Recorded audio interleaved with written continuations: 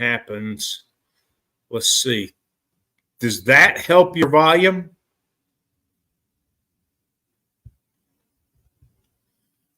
Hopefully that'll help your volume whenever I add myself to the slideshow. Okay. So, like I said, please be very careful. As a technician, I'm doing everything that I can not to cause issues at a customer's home, because face it, in the end, it's going to end up costing me. You know what? Even whenever I worked for larger companies, you know, I lost my job if I didn't take care of the customer's floor.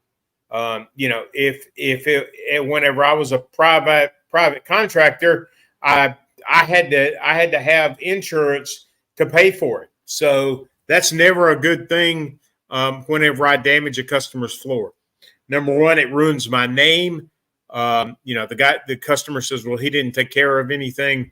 He just went in there with like a bull in a china cabinet. Okay. If I have to pull the refrigerator, I want to make sure that whenever I push it back, I don't have any water leaks. Okay. This picture on the far right was a picture that had been the unit had been pushed back in place. And whenever it was pushed back in place, the technician did not pay any attention and it had a small water leak.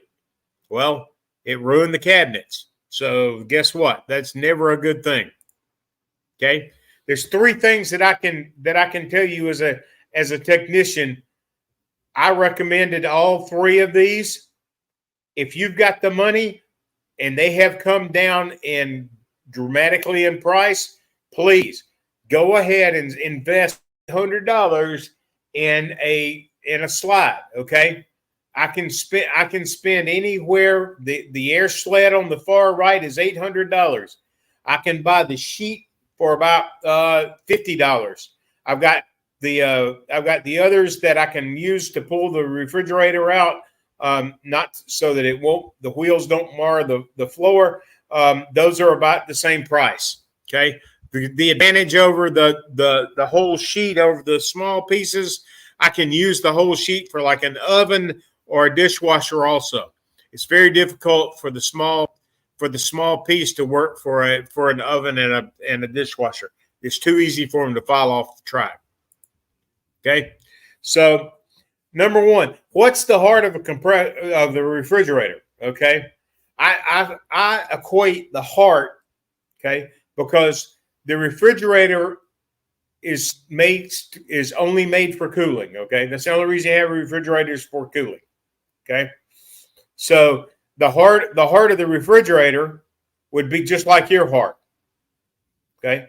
My body, my heart only does one thing. Okay. It pumps blood. So the heart of the refrigerator is what? It would be your, it would be your compressor. I'm sorry. So how does a compressor work? We all know that it works, but how does it work? Okay. The suction line pushes air in, pushes Freon in to the compressor. Okay. It goes through the compressor, and then there is a valve. Okay. It is called the suction valve. That suction valve opens and closes. That piston right there is just like a piston in a car. Just like in your car, whenever that piston is drawn open, just like that is in the picture, okay, that valve is open.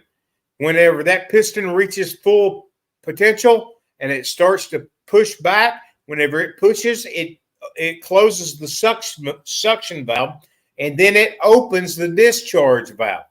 So at that point, the discharge valve pushes the Freon out, and it goes through the condensing coil. Okay. So how do I check the components of the compressor? Okay. If I have a problem and I think that I have a compressor problem, I need to know as a technician how to check things. Okay. So whenever I first started, okay, there was this compressor had a little, just like here, you've got a little plastic cover on it. The one that were in the old ones had a little clip, and you could either open by using a screwdriver, or you could use a pair of pliers to open them. Today's refrigerator, some of them still have that. Some of them you have to take a screw and undo the screw. You got to make sure that you know what you're doing and which one you're using, because you can actually mess up the compressor. And the last thing you want to do is have to use to replace the compressor when you didn't really have to replace it before. Okay, to get to the components of the compressor, I've got to remove this box. Okay, so if it's got a clip, I undo the clip. If it's got the screw, I undo the screw. Okay, and then I open that up inside that component. Okay, if you look at the overload, the one with the arrow on the far left, that is a solid state overload.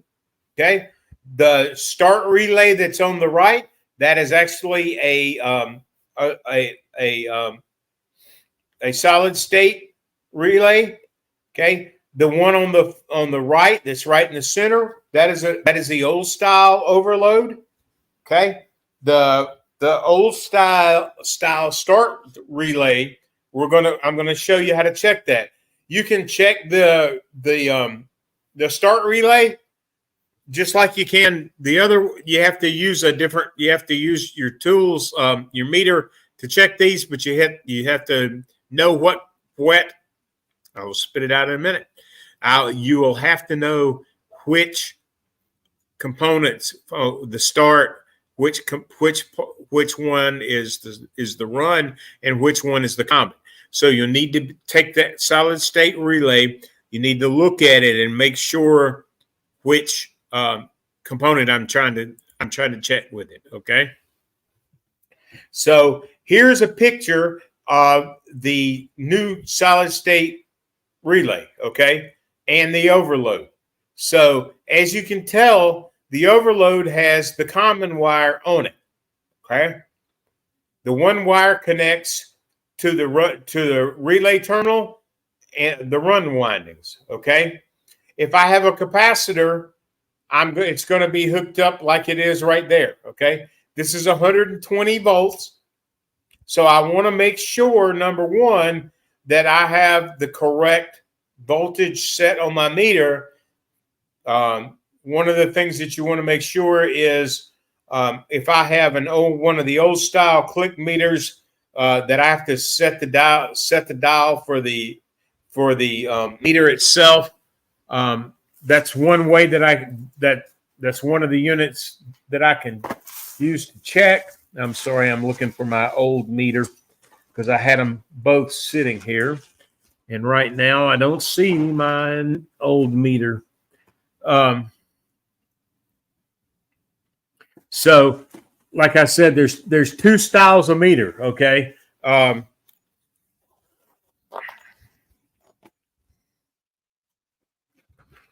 this style, which is the new style meter, okay, I just turn it on, and it basically, this meter will do what I need it to do, however I'm doing it.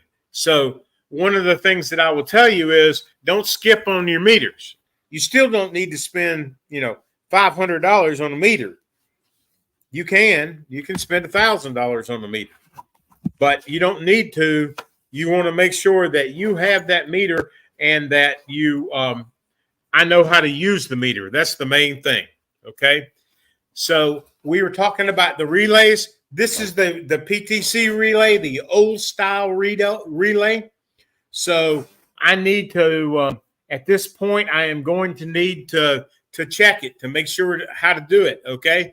So I'm going to take my own meter. I'm going to check the resistance between terminals 2 and 3. Okay.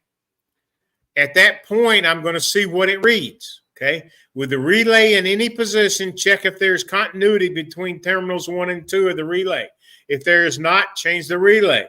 Okay. Step 2, if with the relay in the vertical position, coil of the pointed upwards, like it is in this video right here in this picture. Okay.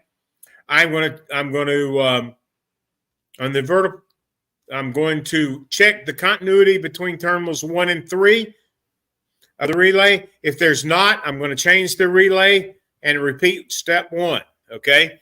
If the relay is in the vertical position with the coil turning downwards, I should have continuity between 1 and 3. If there is any, if there's not, change the relay. Okay. So here's the wiring schematic for a compressor. Like it shows, all right. Your run capacitor, your start capacitor, your relay coil, you see all that, and then you have your overload. Okay.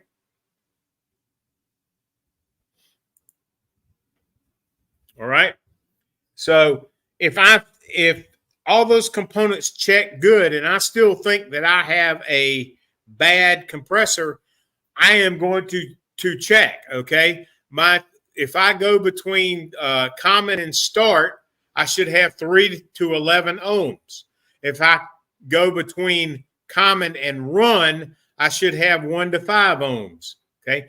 Any compressor, pin, and ground, infinite resistance or open. Okay. So my inverter compressor, if you have an inverter compressor, you're gonna check it the same way, and you should have between 6.2 and 11 ohms between any 2 pins. Okay. So getting into the freezer compartment itself, all right, we're going to access it.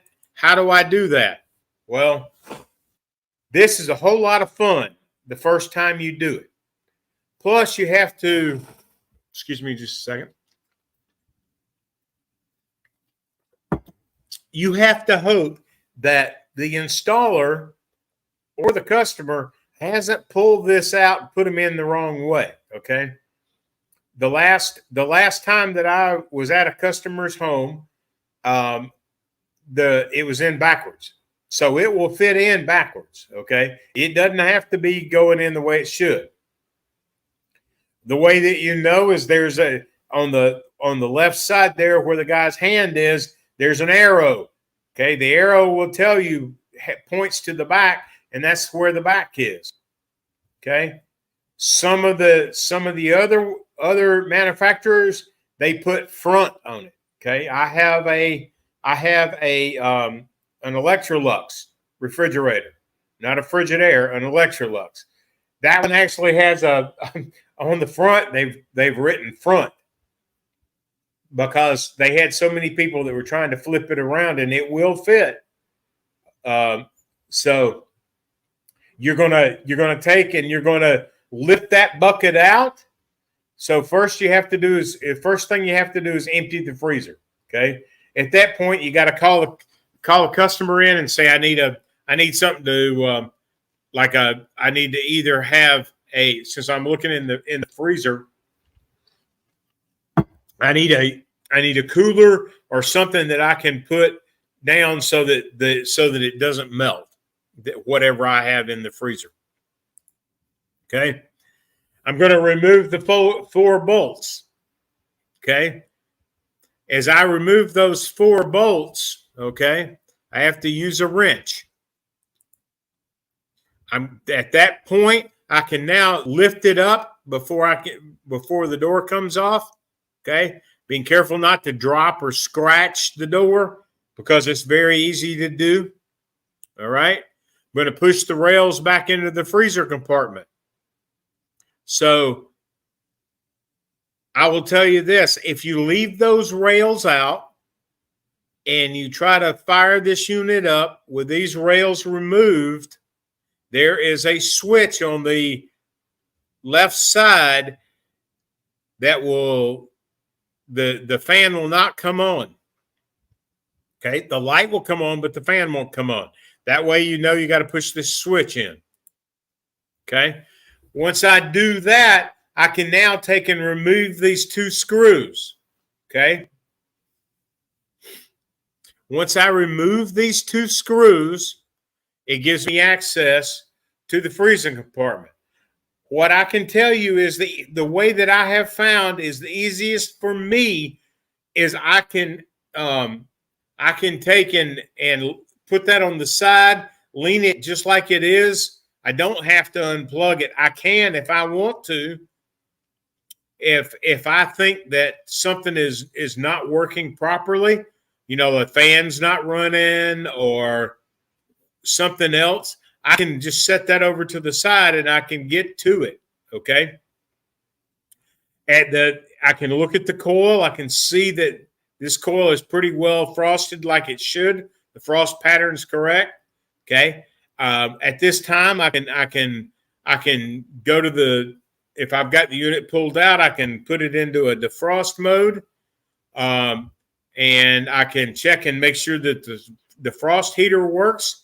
At that point, I can check and make sure that the bimetal works properly. I can make sure that there's no problems with the drain.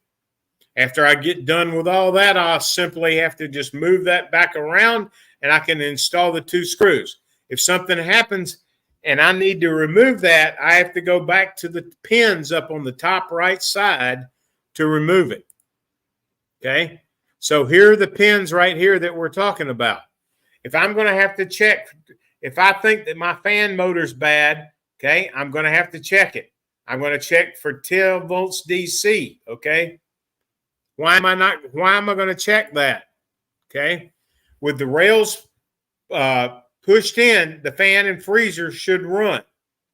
If not, you pull the fan out, see what happens. If the fan still doesn't run, you push it back in, make sure that the connection is good. You've either got a bad fan motor, so I'm going to have to check for the fan.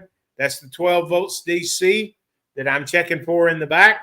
If that's bad, I've got to change out.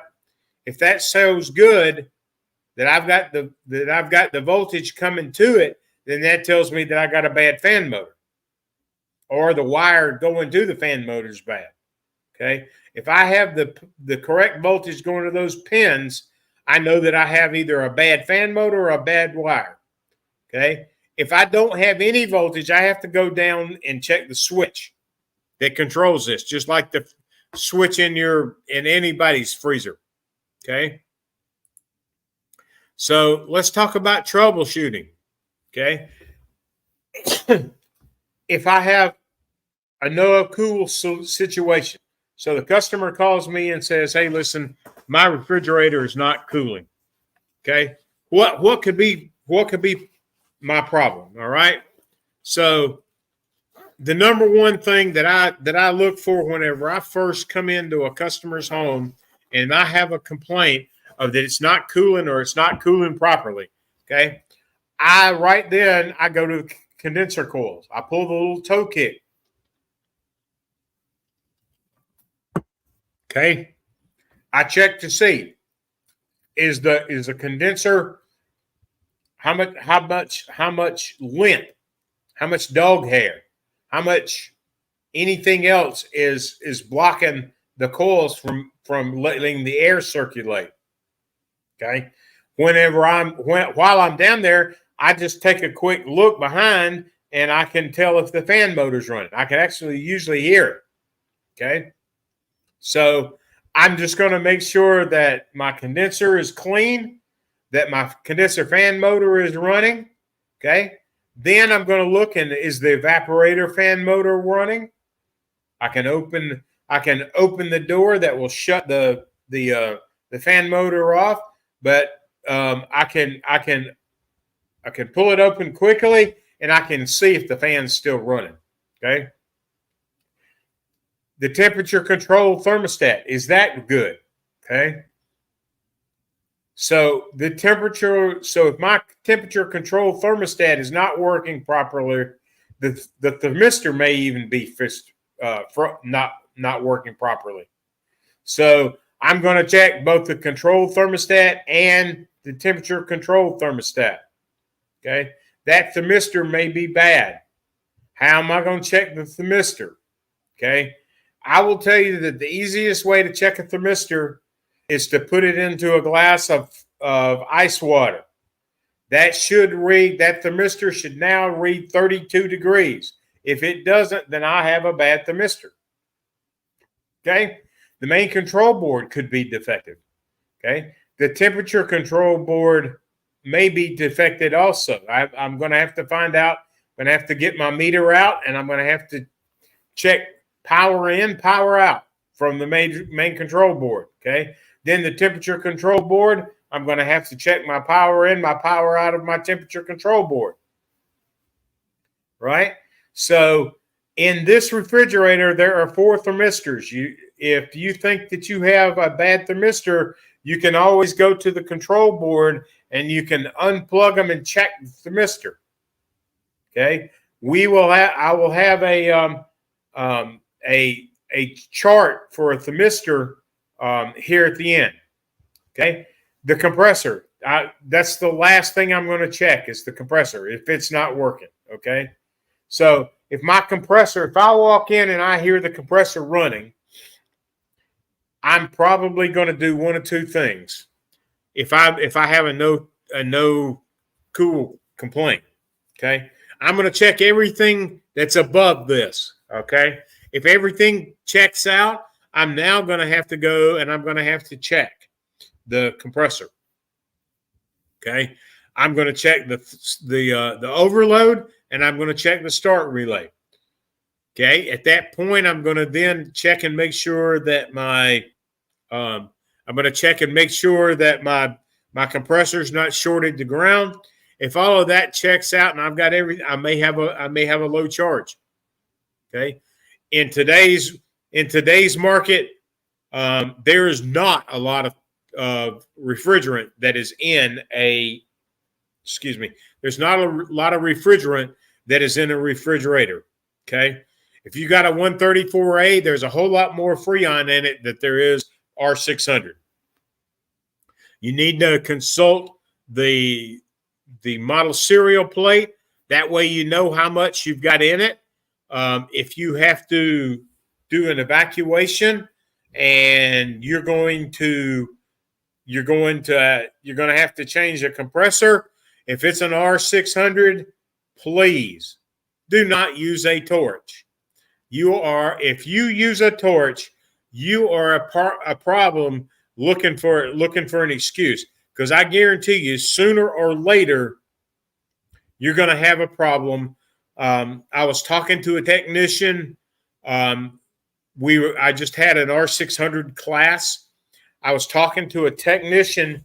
The technician had one of their brand new techs was out there working on it, didn't pay any attention, unsweated the joint, and basically burned down the whole shop that they had.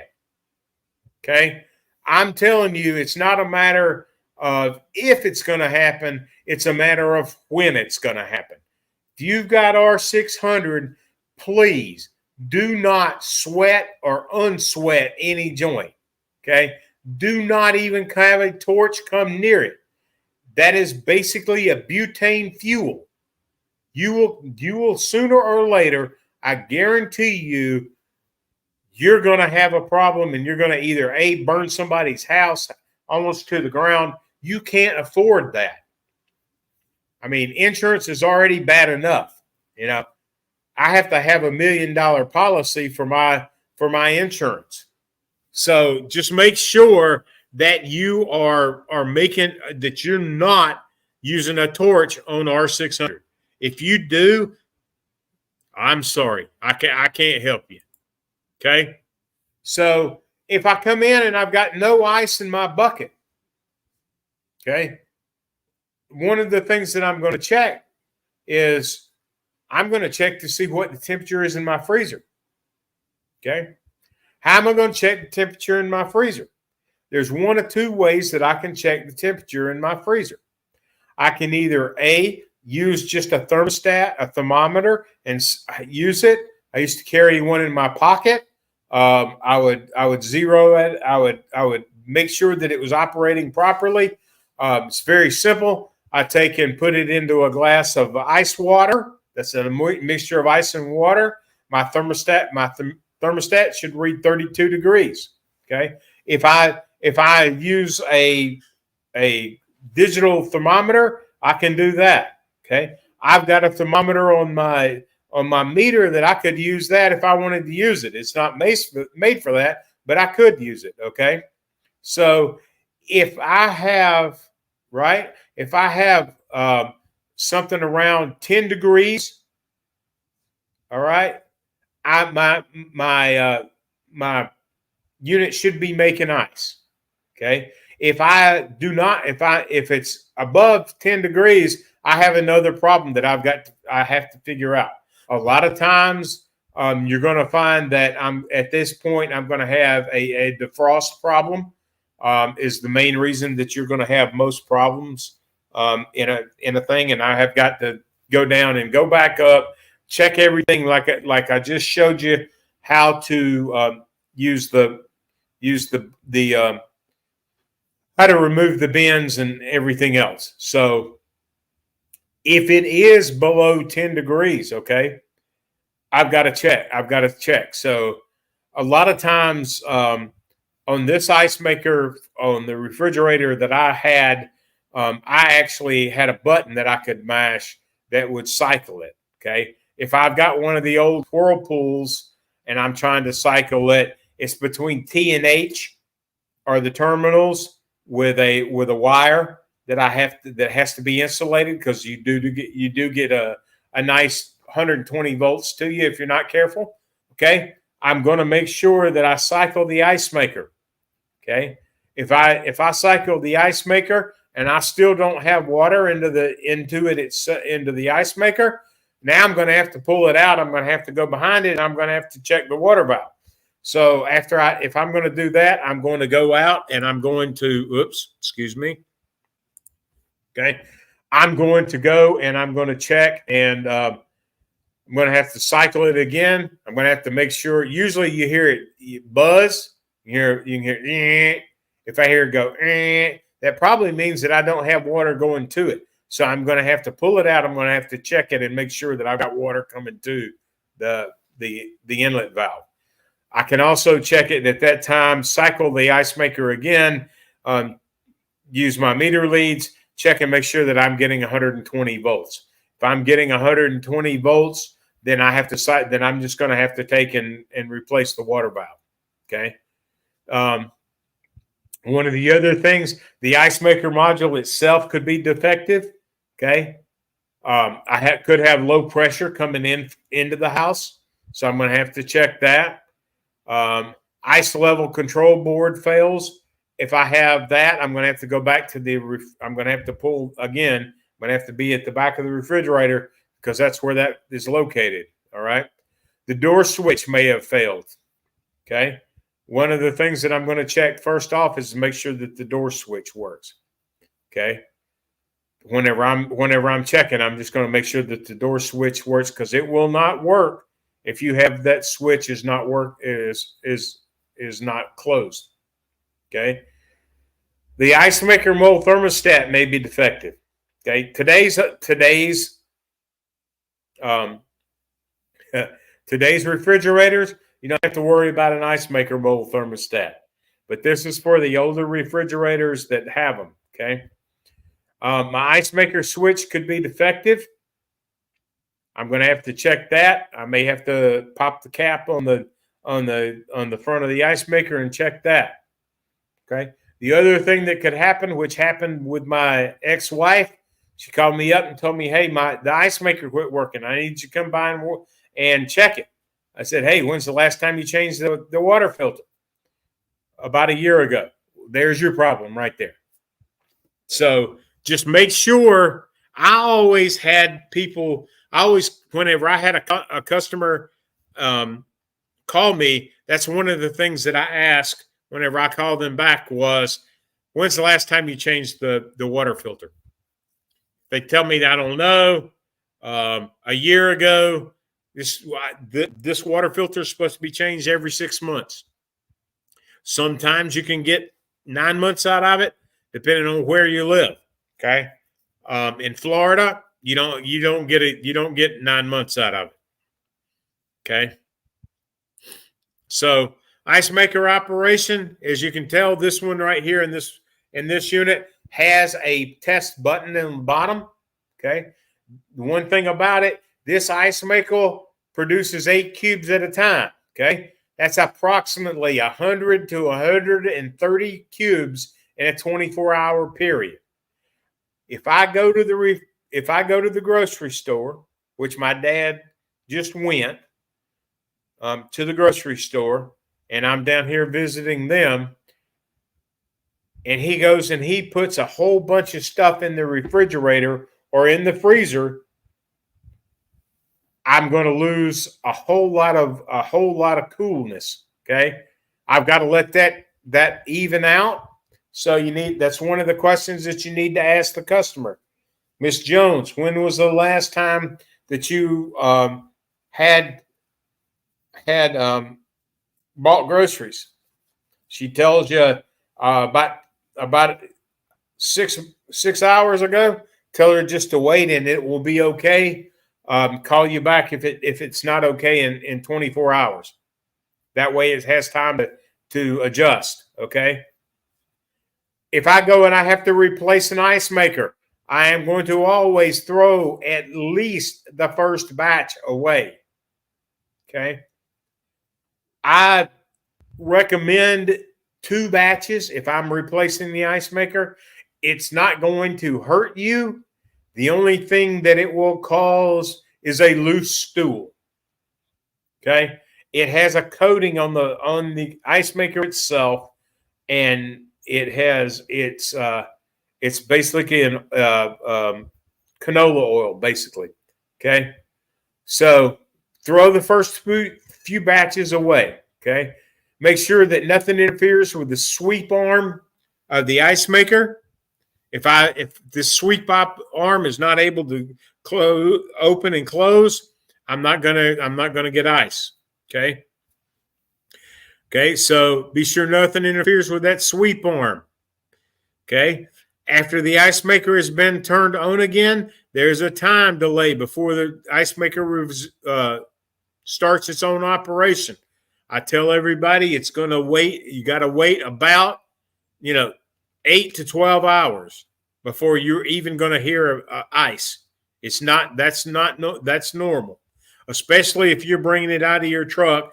You live in Florida and it's 150 degrees in your truck. Yeah, this ice maker is not going to work right off the bat. Okay. Number 2, it's normal for several ice cubes to be stuck together. Everybody wants an ice maker where the ice cubes don't stick together. Well, I got news for you. That ain't the case. It's going to be in whenever you have this ice maker. If you want an ice maker that doesn't stick together, you have to buy a commercial ice maker, and it doesn't have a freezer.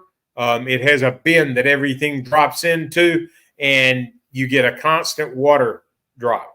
And you still will get ice that sticks together. Okay.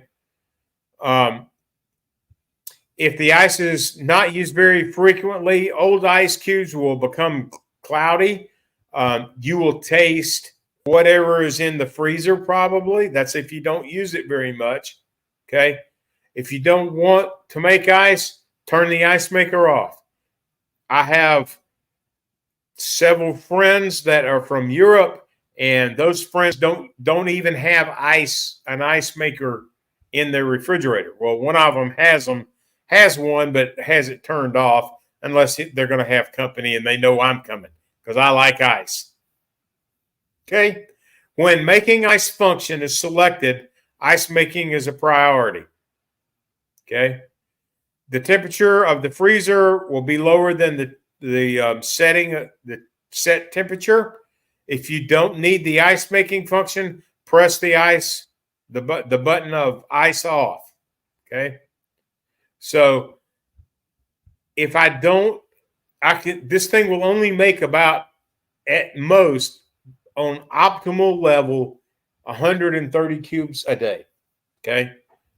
My refrigerator at the house, I have 2 ice makers in it for that reason, because like I said, I like ice.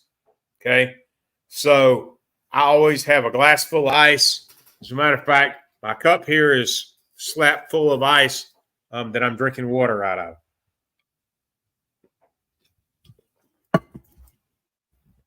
Okay. Moving along.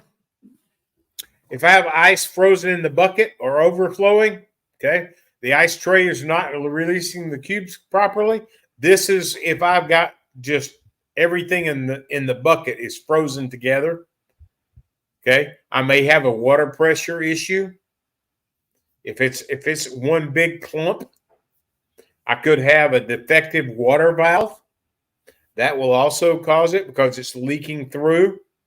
Okay. That will also cause a different problem that you will find, and that is that the ice maker coming into the water line coming into the ice maker will actually freeze because it drips past it, and at that point where it enters, the inlet tube enters into the ice maker, okay, that's where it'll freeze up. So the first thing I'm going to do is I've got to replace the water valve. Okay. I could have a defective ice maker assembly. I just want to make sure that I'm checking everything to make sure that I'm checking the list off. Okay. As a technician, you start somewhere. I tried to always start in the middle. Okay. So what happens moving along, we're going to talk about ice on the evaporator. Okay. There was a manufacturer out there that was world known for an ice ball on their evaporator, and it would actually cause the refrigerator to stop cooling properly. You would end up and walk in, and the freezer would be about 38 degrees. Okay, so you have got to make sure that you got to know where to start. Okay. Like I said, whenever I walked in and I looked and I saw that there was ice on the evaporator, or I could look down in the bottom and I'd pull the cover off and look on the bottom and I see that it's totally frosted up. Okay. I know that I have a problem. I know that I may need to put it into a defrost and see if it comes on. Okay. If I do that, once again, you got to remember there's a switch on the bottom left-hand side of this unit. If that's pulled open, if that's open, it's not going to go into a defrost. Don't shoot yourself in the foot.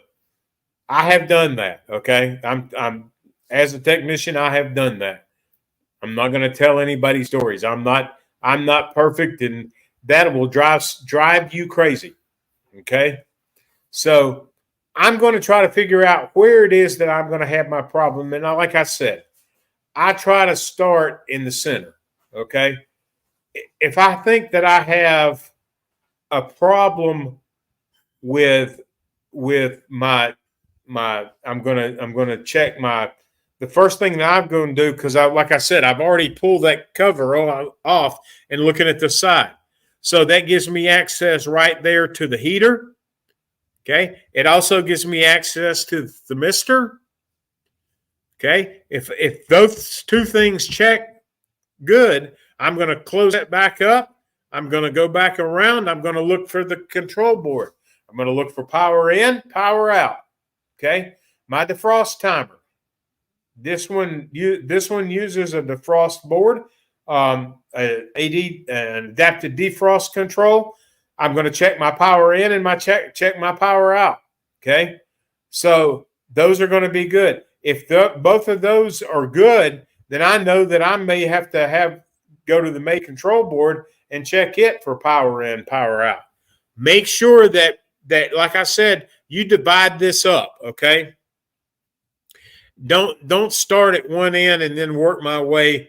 The reason that I never started on one end and worked my way to the other end was because I always found that it was on the one end or the other, and I wanted to know. I didn't want to go through all the trouble. My time is very valuable. I'm trying to make it to my last call before my wife calls me and says, "Why are you 5 hours late?" And it's usually because I was changing a compressor. Okay. Oh, by the way, I don't have a wife anymore, but that doesn't matter. Defrost drain. If I walk in and I see that this defrost drain is clogged, what am I going to do? Okay. Number one, I got to know why the defrost drain is clogged. Do I have a problem with, okay, do I have a problem with the heater? I got to make sure that the heater's right. If the heater's good, I have to go to the thermistor. Is the thermistor good? If that's okay, I have to look at if it's ice balled. If I've got an ice ball, I've got a totally different problem. Usually, I'm going to have to separate the defrost heater. Not the defrost thermistor. I'm going to have to relocate that and move that closer to the bottom so that it will stay in defrost longer. Okay. If I have everything and it checks out fine. There was a kit with a couple of the manufacturers, and it had a little wire that stuck down into the defrost drain to keep it warm long enough, because when the refrigerator kicks back on, it will sometimes cause the drain to freeze. Okay. You don't have to, if you're there and you don't have one of these little clip-on kits, you can make one. You do need a piece of solid core copper wire. Okay, I always kept a piece of solid core copper wire in my toolbox for this specific reason. Because what I'm going to do is I'm going to strip off any wire to make it so that I have the whenever I insert it down into the drain, that I don't cause another issue. Okay, if I have the copper is not exposed, and I have the piece of insulation on it, it's gonna cause the same problem that I've got. Okay, so just make sure that you have done your due diligence.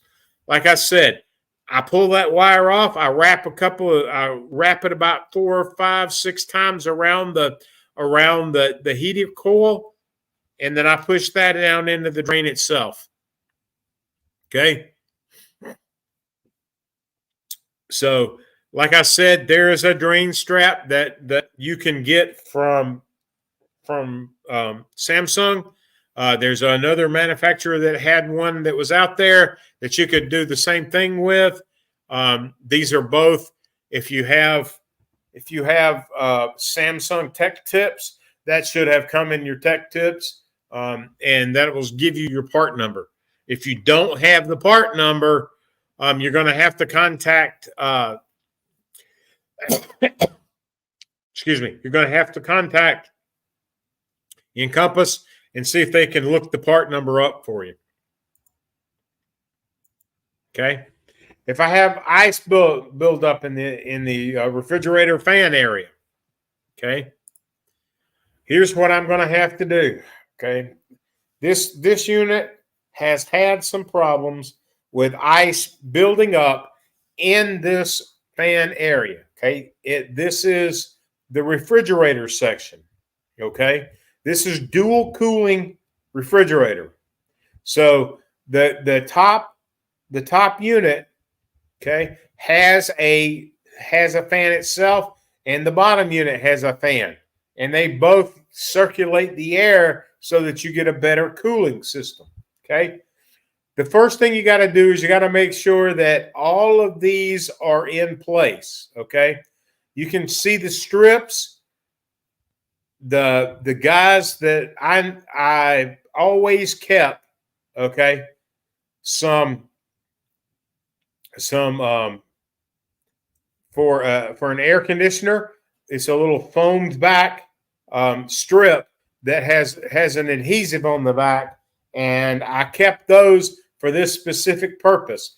As you can see on the bottom on the left over here, where in that area, you can tell that that little area has got a piece of that, and it runs all the way to the top. It goes across the top, comes back down, and comes around to the other side. Okay, you got to make sure that you're not getting air through there. If you're getting air through there, then that's why your fan is sucking air and sucking moisture in, and your fan is frozen. That's the first thing you have to check.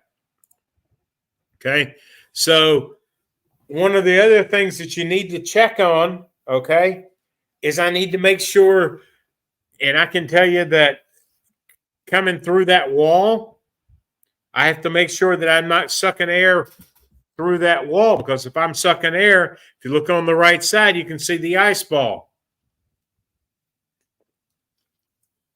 So if I'm sucking air, I've got to plug that hole. So you use a piece of you use whatever you got to begin with. I mean, I used to use like a plumber's putty. You can use that foam that you spray foam. You can use that. You just got to be careful whenever you're using it. Okay. These are all the areas that they have found where they leak. Okay. As you can tell, that's not my hand because it has a wedding ring on it. That happened to be one of the technicians that I had helping me. Okay. So I'm going to make sure that I have all of these areas sealed so that I do not have the problem with the air coming in and causing my fan to freeze. Okay. Remove all the factory installation in the three areas. Okay. Get a can of foam spray and reapply it to the circled areas. Okay. This where it's coming through the back of the refrigerator on the lines. That's where I put on the back side. I always try to put a little just my other stuff. Okay. So here's what it should look like, and making sure that I don't have any moisture coming in. Okay. So let's talk about this. We're getting close to the hour mark, but we're going to keep going until we get through. So it may be a little bit over an hour. Okay. So our freezer section, it's cold, but the refrigerator section is warm. What in the world could that be? Okay. Could be that the evaporator coils are frosted up and the temperature control board is faulty. That's two items that I'm going to check. Okay. If the evaporator fan motor is not running, the thermistor may be defective. So there's another two things that I've got to check. Okay. The damper control assembly is not open properly. The defrost control board is defective. There's two more things that I've got to check. Okay. So my defrost thermostat could be defective. My defrost timer could be not working bad, or the main control board could be not working. Once again, I've got to go down through each one of these to check it and see. And I'm going to pick one in the middle of this, and I'm going to look at something that I can check from the inside of the refrigerator. Okay. My evaporator coils, my evaporator fan motor, my thermistors, my damper controls, my defrost thermostat. I'm gonna check all of those, and if those all check good, then I'm gonna go and I'm gonna check the boards. Okay, I'm gonna check the temperature control board. I'm gonna check the defrost control board, and then the main control board. I'm check all three of those. Like I said, I try to divide it into what I can do. You know, what I can do from the front, and then what if everything checks out, then I got to go and get my my mat, and I'm able to pull the refrigerator out. Okay. Food in the refrigerator is freezing. Okay. What could be the cause of this? All right. The temperature control thermostat could not be working properly. Okay. A thermistor may be defective. The main control board may be defective. The temperature control board might be at fault. Okay. The damper control assembly could be broken or stuck open. So once again, what am I going to do? I'm going to start in the front of the refrigerator. Okay. I'm going to find out, is my fan motor working? Okay. Is my thermistor good? Okay. And then I'm going to check the damper control assembly. I'm going to make sure that it is not broken or stuck open. Okay. On many of your refrigerators, I have had them where the customer left these, the kids were messing around and opened those controls all the way, and that caused the like in the deli section, caused it to freeze. Okay, so you have to be careful right there. Okay, the famed light in the refrigerator not working. Okay, light bulb, LED, whatever you want to call it. Okay, that could be your problem. Okay, how am I going to check that? That's pretty simple. Okay, first thing I'm going to check is to see if the door switches work. The door switch is functioning properly. Is not functioning properly, then I know the light bulb's not going to work. Okay, the light socket could be defective. Today's don't have sockets. Today's they use an LED board, but I still have to make sure that I have power to my LED board. Okay, so I've got to find those out. So the light board, there's a little board in the back for the lights. If that's defective, it won't work. So once again, I'm going to check from the front. I'm going to check my light switch, make sure that my light switch works properly. I'm going to check my LED lights. I'm going to make sure that I've got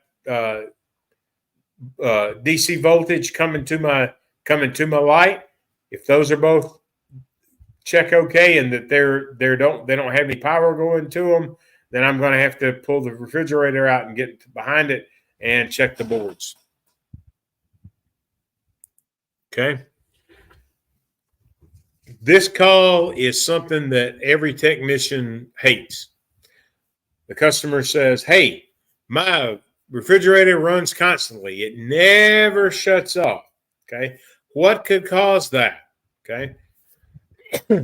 A lot of the times we have condenser coils that are dirty. This compressor is trying to work so hard and it's running all the time because it gets no air circulation. Okay. My freezer temperature is above 10 degrees. That could be your problem. You could have a Freon leak. Okay. My defrost heater assembly may be defective. If my defrost heater assembly doesn't work, then it never defrosts. Then I have a problem and I've got to get that. Excuse me. Could be that the door gasket is torn or defective. Okay. The evaporator fan motor may have failed. I've got to make sure that my evaporator fan motor is working properly. I also have to check the condenser fan motor, because if it's not running, it will cause the compressor to overheat and it'll trip off on the overload. Okay, so I've got to check all of those things. And once again, I would start from things I can do from the front. Okay, first thing I do is check the temperature. Okay, since I'm going to check that, I'm going to look at the door gaskets. Okay. Then the evaporator fan motor, I'm going to check that, see if the evaporator fan motor is working. Okay. Then I may have a bad defrost timer. Okay. I may have a bad board. Okay. So I'm going to have to go through and I'm going to have to check each one of these things. And like I said, if I can check it from the front, I'm going to check it from the front. I'm not going to go from front, back, because that's a waste of your time. Do things that you can separate and do things from the front. If I can do it from the front, I'm going to do that. If I can't, if I check all of that and it all checks good, then I got to pull the unit. That time I got to go back to my truck. I got to go and get my whatever I'm using to protect the customer's home, the floor of the home, and pull the unit out. Whenever I go and push it back in, I have to make sure, number one, that I don't kink the water line and that the water line doesn't leak. Okay. And the other thing that I need to check and make sure is whenever I'm pushing it back, that I don't roll the refrigerator over that coil if they're copper. Okay. So if the fan blades are slipping on the condenser fan motor, and I don't have one with me, what can I do? Okay, I can take a pair of needle nose pliers, grab the condenser fan shaft, take a flat-headed screwdriver and place it between the front side of the pliers and the back side of the fan blade, and pry the fan blade using a constant pressure and remove it. Take a spring and install it on the back side of the fan blade. If you've got one, usually you can use that I have used my ink pen. The little spring from an ink pen works great for that. Okay. Then I can tell the customer I'm going to come back, and I'm going to have to get you a condenser fan blade, or it could be that it may come in as one whole unit and I have to replace everything. Okay. Let's talk about error codes. All right. So L1 error code, freezer temperature sensor. L2 is a refrigerator temperature sensor. L4 is the freezer defrost sensor. L5 is the refrigerator defrost sensor. F6 is the ambient sensor. F7 is the pantry sensor or the flax room sensor.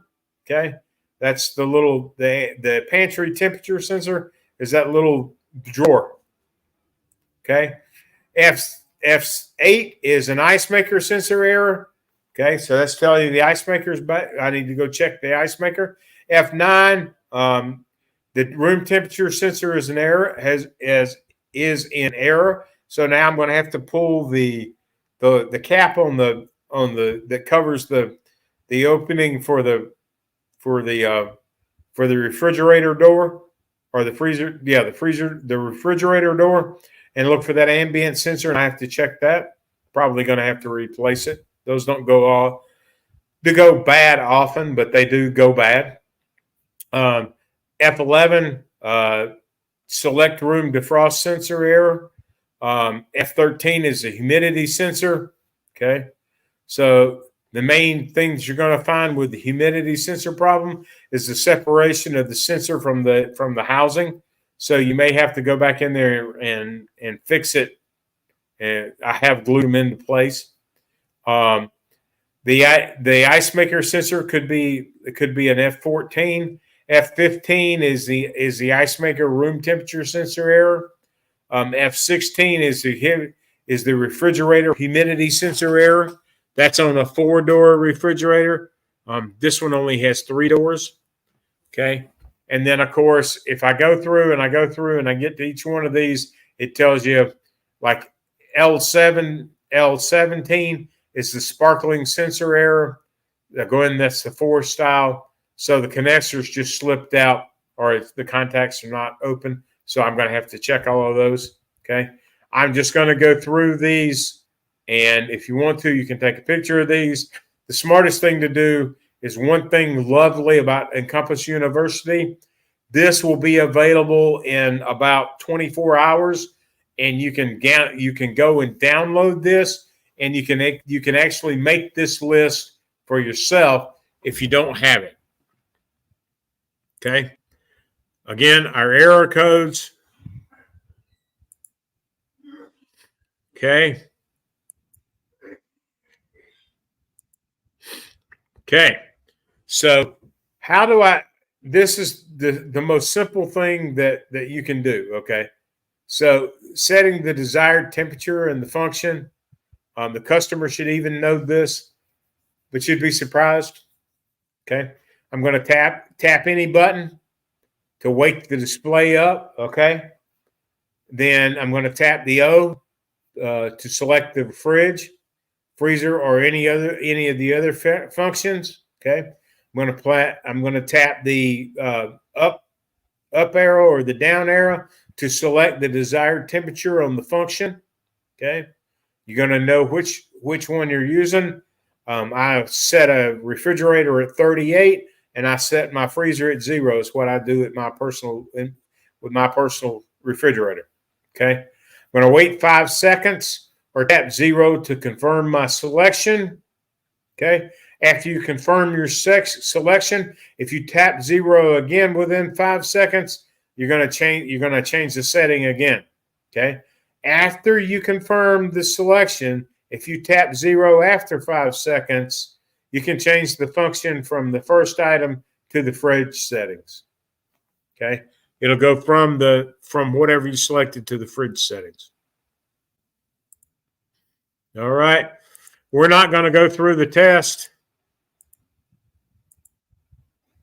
Does anybody have any questions? We've gone over the time.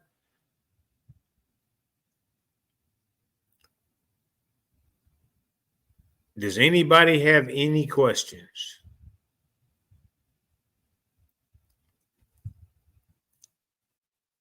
Okay. Thank you very much for your time today. Like I said, this will be available in about 24 hours on Encompass University website.